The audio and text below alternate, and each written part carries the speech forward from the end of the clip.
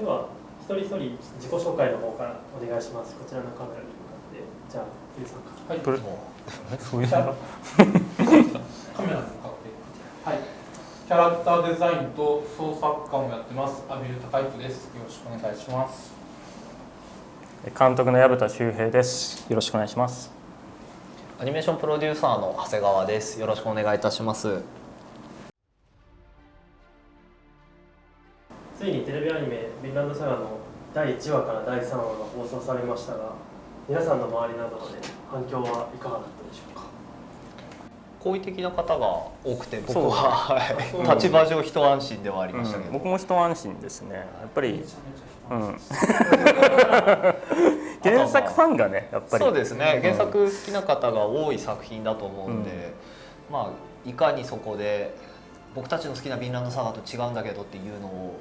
思われてしまうとやっぱり残念なところに。そうですね。はい、やっぱり構成もあえて変えたところもあったし、そういった部分も含めて受け入れてもらえるかどうかっていうのはすごい気になってはいたから、それは喜んでもらえたのはよかったなと思ったけど、阿比留さんはでもすごいめちゃめちゃ緊張してたんでしょ。まあ絵がねやっぱり、そうですね。違和感を与えるのだけはキャラクターデザインで足引っ張るのは嫌だなと思って、ただ結構調べてみたりしたんですけど、はい、フローキが原作より四角いっていうのがあって、それはね、意図的というかそれを四角くしたかった、ね、原作でもサイコロ頭ってそうですね、冒頭で、なるじゃないですか。だからよりサイコロ感は意識されたんだろうなっていうのはそうですね。そこは僕からもお願いします。うまくいったんですけど、アフタヌーンの表紙とかになって嬉しくて3巻になっちゃった。そうですね。本屋行くまではもう本当10冊ぐらい買うつもりだったんですけど、アフタヌーンって結構重いんですよね。持てないなと思って、手には取ってから見たんですけど、その後講談社さんからも送っていただいてアニメーターでああいう雑誌の表紙を書かせていただけるってなかなかない機会だったので、すごいありがたいし嬉しかったです。めちゃくちゃ喜んでたね。恥ずかしいぐらい喜んでて。でも確かに漫画の雑誌の表紙って書く機会やはり漫画家さんぐらいしかいらっしゃらないと思うので、確かにね。はい、なかなかない。嬉しいんだろうなと思って。絵描きならではの特権かもしれないですね。そうだね。はい。僕たちはね。そう思ったのが、アフタヌーンのページめくって関東にカラーでいろいろ説明があるんですけど、木村先生がラップで書いてもらって、でそれをもとに監督が結構決め込んだレイアウトを作ってもらって、はい、それにただ載せただけっていうのがあるので、今回そのネタばらししちゃうと「ヴィンランドサガ」アニメ版の版権って割とその阿比留さんが一人で書いてるとかっていうよりかは、コンセプトをみんなで話し合って決めて、監督の方で大まかなレイアウトを取って、でその上で各作業者の方にっていうのが多かったりするので、結構その作品のブランドイメージというか意識して作ってるところはありましたよね。そうなんだ。これもそうだったりしますし、そうです。これは結構好き勝手やったか最初にこのキービジョンの前にティザーを2つ出してるんですけど、あれも誰に話してるの？誰に話してるって。ここの作品なんかこっち側に。ティザー2つ出させてもらったんですけど、どっちもちょっと絞り込めなくて、一つに絞り込めなくて、で長谷川さんの方からもう2つ作っちゃおうっていうなんか、ありがたい判断してもらって、確かに。あれはなかなかないんじゃないかなと思います。でも捨てがたかったよね、本当に。両方ありましたよね。でもいつもあんな感じですか？もう悩んでるんだったら2つやっちゃいなよって感じだった。いやというよりかは意味があると思ったの。絵としてそのみんなにイメージできるものを早く作って提示させていただいた方がスタッフ内としてもこういう感じになるんだっていうのもまとまるし、あと僕たちにそのアニメを預けてくださってる原作サイドの方も、この人たちがやってくれるんだったらそんなに雰囲気違うものにはならないよねって安心してもらう材料にもなると思ったんで、で提示されてたものが2つとも動きのないというか静かなものではあったんですけど、片や雪の中で、片や静かな夜明け前の海でって割と対照的な2つだったので、作れるんだったら作りたいなっていうのはありましたね。確かにね、初めにそういうのを作っとけばね、パターンは大いに越したことないですね。で結果的には成功だったのかなと、毎回作れるかっていうとそれはお金の相談になっちゃうんで今回は幸運が重なったということです。でもなんか表に出ない時間が長かった気がするんですよね。そうですね。なんかね、あんなっつったらあれだけど、ティザーでもねやっと絵が作れるっていう嬉しさはあったよね。アニメ化っていう情報が出てから放送されるまでは割と時間が。そうですね。さらに僕たちはその前から仕込みというか準備を始めてはいたので、はい。長谷川さん、どういった経緯で薮田監督ないし阿比留さんをスタッフィングされたのでしょうか。ポイントと、あとそこのお話を受けてお二人はどう思われたのかなと、いかがだったでしょうか。あんまりよく覚えてない。僕はあれですね、やっぱりその薮田さんとお仕事をさせていただいたことはまだなかったので、弊社の制作部長の中武の方から「進撃の巨人」の時にご参加いただいてた方ですごく優秀な方いらっしゃいますよということで、ただ薮田さん自身の演出経験っていうのがあまりキャリアとしては多くはなかったので、最初顔合わせさせていただいた時には僕こういうのが作りたいんですけど薮田さんどう思いますかっていうのを含めて、結構踏み込んだ場合によって前ですね、場合によってはちょっと失礼にも値するようなことも、でもそこで遠慮しちゃうと、後で何十人っていうスタッフをまとめ上げることができなくなる可能性もあって、いやそれ怖いでしょ。映画さん立場からしたらって結構どこの馬の骨って感じだった本当に。突っ込んで話はさせてもらいましたけど、ただもともとその薮田さんがやられた別のお仕事で一緒に仕事してた、僕が「魔法使いの嫁」っていう作品をやってた時の監督で長沼さんという方がいらっしゃったんですけど、彼がやったお仕事の時に薮田さんが 3D で参加されてて、非常にレイアウトとかカメラワークがうまかったなっていうのを僕も見て思ったし、彼も言ってたしっていうのがあって、そういう意味ではその広い絵を撮りたかったっていう、普通のアニメのそのテレビで見るのは当然なんだけれども、いわゆる画面としてそのテレビのフレームの中だけで収まっちゃわないような広い絵を撮れそうな人がいいなっていうのが第一の希望だったんで、そこが薮田さんだといけそうかなっていうのは。そういうイメージを持ってたんですね。それ言いませんでしたっけ？いや聞いたかもしれないけど、僕撮りますよみたいなことを割と自信満々におっしゃってたんで、いけるのかなっていうのは。そうだったんだ。で阿比留さんに関しては薮田さんの方からご提案いただく形で。そうですね。でも付き合い自体はね長いよね。長いけど一緒に仕事したことはなかったから、なんだろう、人柄とかは当然分かってたから安心できてたし、あとなんだろう、阿比留さんの絵は、言ったかもしれないけどフィンランドには合うなと思ってたから。でその点に関してはすごいしっくり、やっぱり予想通りしっくりきてすごい良かったなと思って、ありがたいです。俺は3人で話す程度いく逆にどうなんですかね、その監督になった、キャラクターデザインになったってなった喜びよりかは、どちらかというとやっぱりこのタイトルなので、そうですね、そこで背負う重圧みたいなものとか、責任みたいなものはやっぱりかなりのものだったんじゃないのかなと思ってはいるんですけど。俺もう持ってるつもりではいたけどプレッシャーを、それ以上に阿比留さんとか現場のアニメーターの方がプレッシャー強かったなっていうのが正直なところだから、結局ねやれることしかやれないからねそうそう、一生懸命やるだけだしなっていう気持ちでいつもやってるから、まあだからそこら辺はそこまですごいプレッシャーだったっていうわけではないけどね。だけどやっぱりそうだね、やっぱり原作ファンかな、対策をっていうよりはそれをずっと見てる原作ファンの方がやっぱり強く意識したかなっていうのはあるの俺は。まあ、僕らもねもともとは読者だった側からのスタッフになるわけなんで、まあそうですね、結構本当僕も責任は感じましたね。いよいよかって感じですもんね。そうですね、ついにフィンランドやるかっていう感じでしたね。はい。そんなも話してないけど。どうだったの？どうでした？フィンランドの話聞いてから、もうやってくれって来て。そうですね。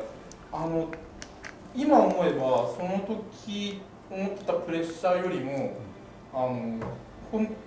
今日思ってるプレッシャーの方がまだでかいかなって増してるっていうか。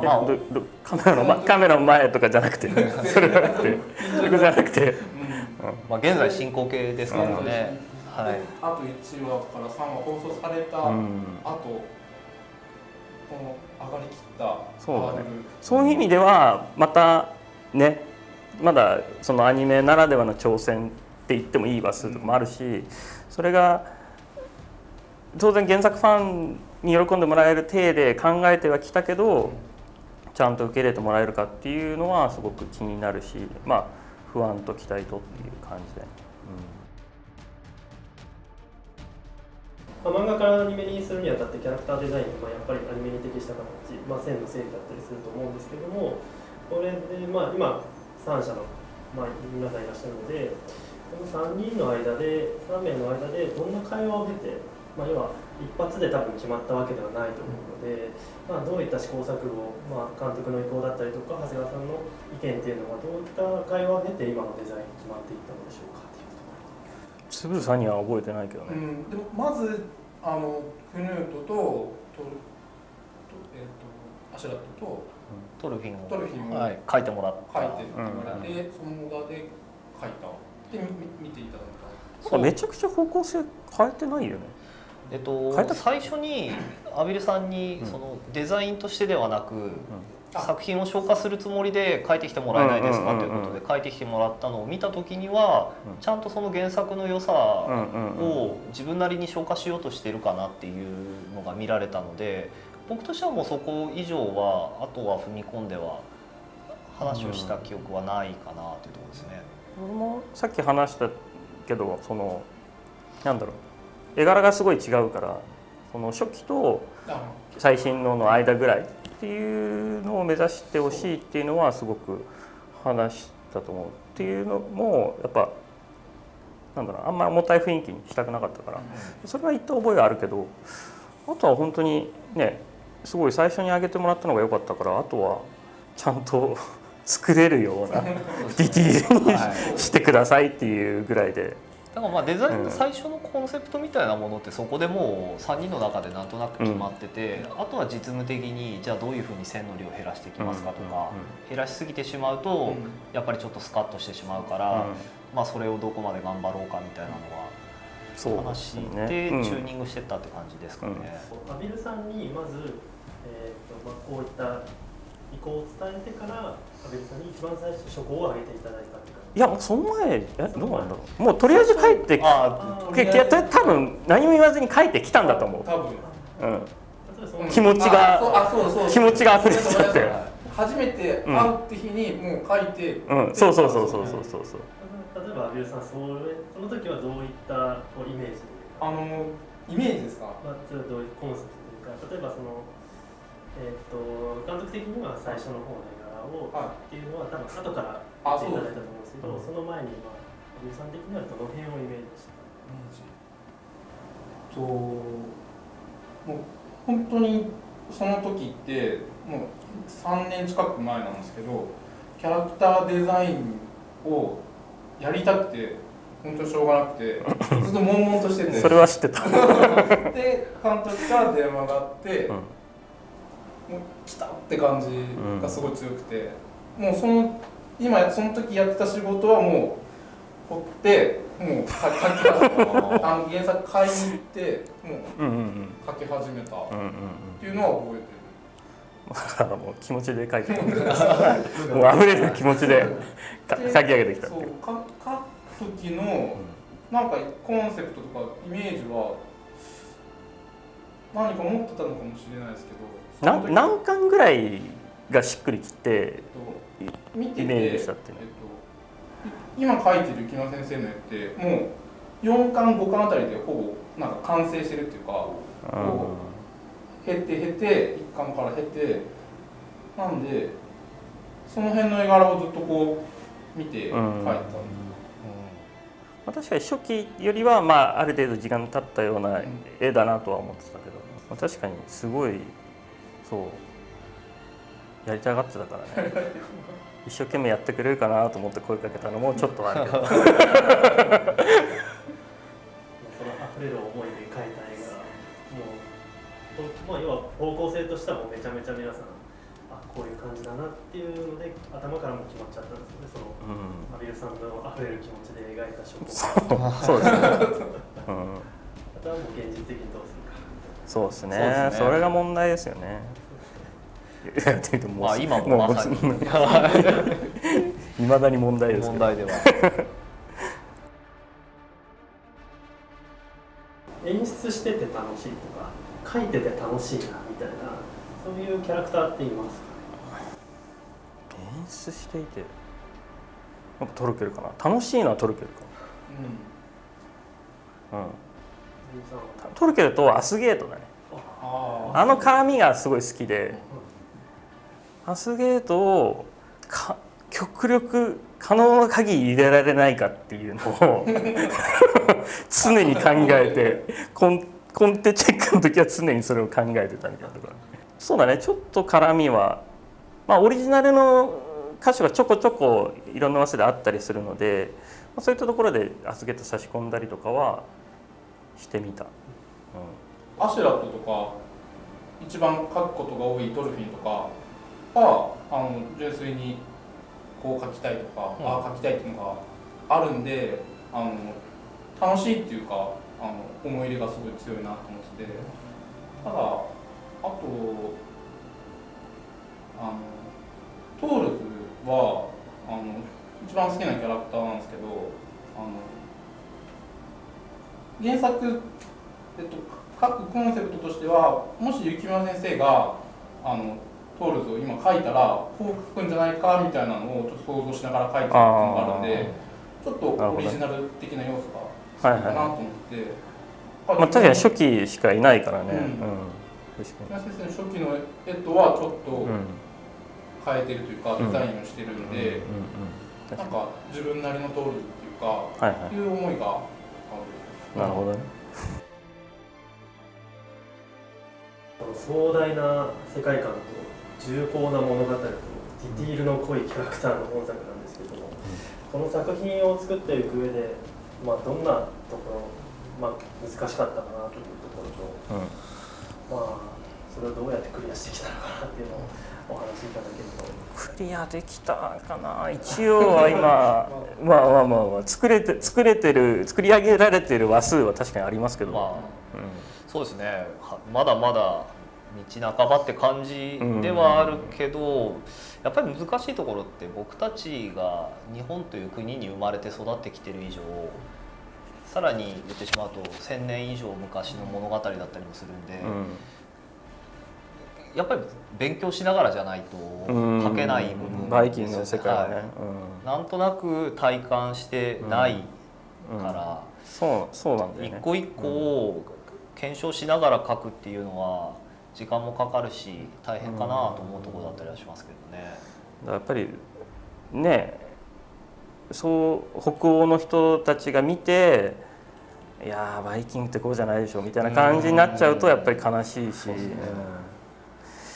日本でいうところの戦国時代とか武士みたいなものを海外の方が描かれた時に日本人が感じる違和感みたいなものを逆に僕たちがやっちゃわないかっていうところの不安感みたいなものはありますよね。そういうので確かに勉強したっていうのはあるね。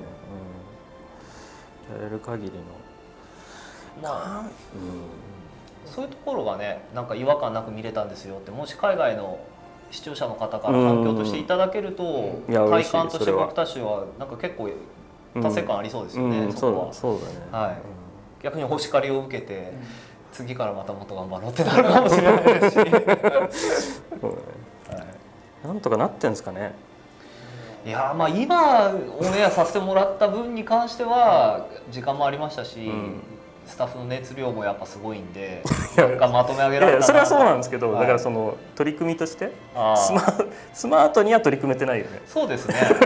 スマートでは全然ないですね。死に物狂いでやってるっていう感じだから。そうだね。まあディティールが多いからね。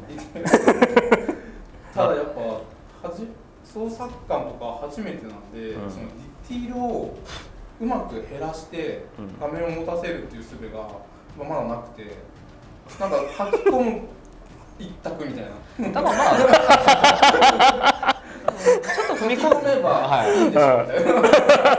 ただまあ踏み込んだところになると、やっぱりその人の書き込みってクリエイターさんの個性だったりとか通ってきた作品だったりによってだいぶ違いは出てしまうから、ベースになる設定っていうものを一つ用意しておいた上で、創作感っていう幸いなことに全てのカットに目を通す権利と筆を入れる権利をもらってる役職なので、自分のところでハイディティールにしたいものに関してはディティールを詰めるとか、でベースとしてになるものをお芝居だったりとか、そのキャラクターの表情のベースになるものだったりを演出さんだったり作画監督さんだったりアニメーターさんだったりっていうところにフォローしてもらうっていう、なんか住み分けができるようになるともうちょっと良かったのかなっていうのは今作ってても思うところだ。今の分かった。自分のこだわりを作家さんにやらすなってことだ。そうですね。そういう話ですよ。今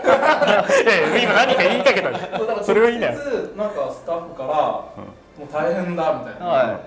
いつこんなデザイン作りやがってみたいな聞かないですけど、聞こえてきそうだなっていうのは。まあでも難しいところですよね。この作品でじゃあすごくシンプルな線にしてディティールも省いていった時に、視聴者の方々、読者だった方々がアニメの視聴者に回った時に納得していただけるかって言われると、まあそこの怖さも当然あるじゃないですか。結局そこからスタートしてるよね。だからそこが怖かったからやっぱりそのディティール上げるっていうことにもやっぱり、ある程度必要なものなのかなって多分長谷川さんも思ってたと思う。多分自分よりは長谷川さんの方が全然現場経験っていうかそういう制作としてのいろんな現場を見てきてる量で圧倒的だし、どれぐらいのディティールだったら無理なく回せるのかみたいなのは長谷川さんとか安部さんの今まで作家やってた経験とかを当てにしてたところが正直強くて、でとはいえやっぱり多分みんなの中にある程度ディティールがないと怖いっていうその部分があったっていうんで最終的にこうなってったっていうのがあるんで、それは別に間違ってはいなかったけど、あとはうまいコントロールの仕方みたいなのをこれからまだ模索していく段階なのかなっていう感じ。タッチだったりとか、寄った時の線足しはやるけど、引いてる時にまでやってしまうと、なんかサイズすごく小さいのに妙に顔書き込まれてて、すごく違和感あるなとかっていうものとかがやっぱり混じってきたりはすると思うので、その辺は、今後の話数でまだまだ多分成長というか発展途上ですよね、現場としては。今までもなんかうまい具合のディティールのまとめ方の絵もあったから、なんかそういったものとかをねうまく共有しながらやれたらいいよね。なんかうまくその情報量を落ちたって感じさせずに、現場としては少しでもコントロールしやすいように、工夫していきたいなとは思ってるけどね。良いか悪いか2週放送が空きますので、その間に4話が始まる前に、皆さん再放送を見たりとか、復習してからもう一回見られたりとか、あと初めて見る方もいらっしゃると思うんですけど、そういったところで、ここをもう一回見てもらうと、もう一回2度目見た人にとってはここを見るとまた違った見方ができて面白いよとか、なんかそういったところ、そこがこだわりのポイントだったりするかもしれないんですけども、なんかそういったところを聞かせてできればと思います。さっきも話してた1話のアバンはすごいこだわったし、結構瀬古さんにはすいませんって感じなんだけど、コンテで結構好きにやらせていただいて、原作ファンが楽しめるように、っていう風にはやったし、アクションもめちゃくちゃ入れたし、あそこ用に、不老期の若い頃のキャラクターデザインを作ったのが完全にボツになってる。あ、そうね、確かに、そうだった。ありました。そうすいません。まあ好きに作ったってことですね。そうだね。だからまあそこはまあちょっとフルのは Amazon でしか見れないけども、やっぱ見てほしいし、でも一番衝撃的だったのはなんだろう、頭のバケツが川に入るカットがバケツが川に落ちるカットが最初に上がってきた時はもう衝撃を受けた。本当にバケツからこれかみたいな、その現場の熱量みたいなの、バケツここまで来るのかみたいな思ったでしょ、だってあった時は。なんじゃこれやと思って。そう井川さんですごい、めちゃくちゃね、理論立ててというか、いろいろしっかり考えてやっぱり構築してくるんで、あの辺の厚みがとにかくすごかったなってね。井川さんもそういう日常系の芝居とかをちゃんとやらないと、冒頭シーンの説得力っていうのは担保できないっていうようなことをやっぱり話してて、それは本当にうまくいったなと思いましたね。何気ないそういう日常芝居とか、かな。この辺で言うと幼少期のトロフィーの正面で髪がなびく PV でもなんか、前髪のなびき方がやっぱすごい気持ちいいとか、確かにね、あれはすごいね。すごい。であそこ何気に見開いてるんだけど、ちゃんと届いてるかどうかってすごいじわーっと見開いてるじゃん、あそこって。あれがすごい、あれも本当はもうちょっと仲間数少なくて、だけど上がったイメージがやっぱり狙ったものと違かったから、もっとより仲間数入れて、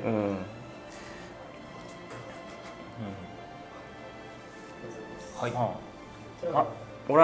僕なんだけど、3話でトロフィーがおしっこするじゃないですか。あれめちゃくちゃこだわった。色じゃなくて波の上下動に合わせてちゃんと跳ね返りしぶきがもう上下動するっていうのとか、今となってはなんであんなに細かく指示入れたんだっていうぐらい指示にも時間がかかってるし、色にも時間かかったね。はい、それでいうとお尻はなんかしっかり描かなきゃなと思って。叩かれると。はい。しっかりってどういうこと？なんかちゃんと子供のお尻っていうか。はい、今のままだとそれで終わっちゃうけど。7月の28日には第4話放送されますけれども、見どころを教えてください。第4話自体がその一つトルフィンがこれからどう過酷な人生を歩んでいくのかっていうところの転換期、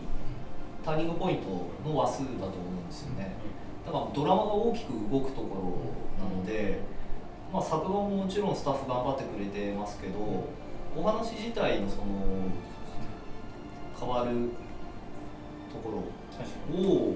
注目して見ていただけると、今後の話数とかにも期待してもらえるんじゃないかなとは思ってますけど。動画枚数って何枚ぐらいやったんですか？4話だとちょっと把握、ごめんなさい、まだしてないですね。でも普通に考えて8000枚とかぐらいはいっててもおかしくないとは思いますけど。大変なのは自分のせいなんですけど、そうですね。ただ多分今コンテチェックしてもそんなに変わんなかったんじゃないですか。実際にそのお話としてどうしても省けないところとかっていうのはいっぱいある話数だったなとは思うんですよね。そういう意味で大きく変わることはなかったなと思います。自分としてもあそこをきっかけにもうよりちゃんと抑える方にっていうのをはい強く意識した自分だって言われたんですけど、うん、そうね。でも本当になんだろうな、めちゃくちゃいろんな人があの話数にすごい力を注いでいってくれた話数なので、もう見応えはもう半端ないと思うので、ね、早く見てもらいたい。見てもらえる、本当に楽しんでもらえると思う。そうですね、本当に長い時間かけてやってたなっていうのが印象的だった。作業の工程としては多分4話やってる時って3話もやってたし、他社2話もやってたとか同時並行でやったんですけど、4話って重要な話数だって分かってたので、自分も、話数に比べて時間割いたかなっていうのがありがとうございます。ではこれにて終了とさせていただきます。はい、長い時間ありがとうございました。いえいえ、はい。